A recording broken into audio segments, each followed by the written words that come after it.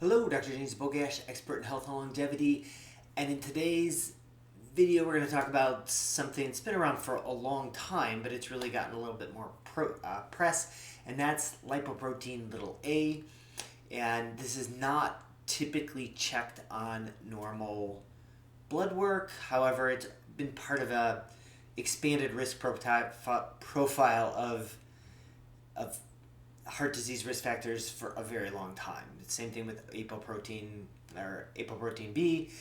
There's some other factors that have always been around.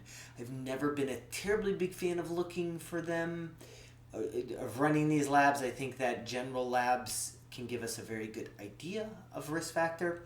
So it kind of splits hairs of maybe you're 92% at risk or 92.5% at risk. But before we go into this particular study, make sure you like this video, share it with somebody who you think needs the information, and subscribe to the channel. That being said, this was a study looking at almost 6,700 people, looking at their lipoprotein little a, and generally the thought is that this is a genetic risk factor and there's little that we can do, even though they will argue that statins, that's why we should have statins, as we check lipoprotein little a.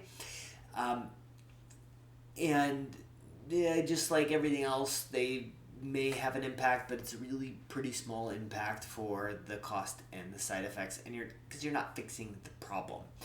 And so in this study, average age was around 62 years of age, and 20% of them had a lipoprotein little a that was over 50, which is considered elevated, so about a fifth of the sample.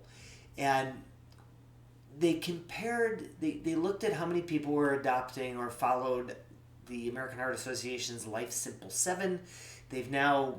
That's the old standard. The new one is Life Simple or Life Essential 8, which includes sleep.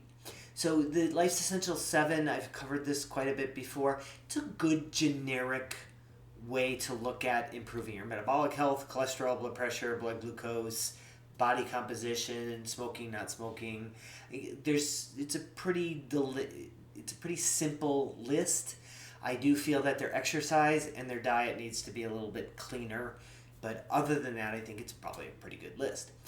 And so they found that the people with higher lipoprotein little a had more of the higher risk factors for atherosclerotic cardiovascular disease, but these were tied in with how well they were adopting Life's Simple 7. So the bottom line was, regardless of what your lipoprotein little a was, your lifestyle choices were leading to it being elevated or not elevated, and so there were some direct correlations with that.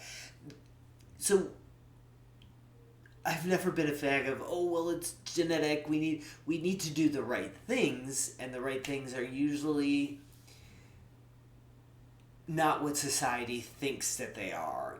We take in the wrong type of fats, we take in the wrong type of carbs, we're not exercising the right way, and we love artificial sweeteners. All of those things are not good for us, and they will promote heart disease regardless of whatever your lipoprotein little a is. So while it's kind of cool to know what your lipoprotein little a is, it doesn't change the fact that we need to be adopting these lifestyle factors to lower your risk of heart disease, whether you're at a genetic risk or not.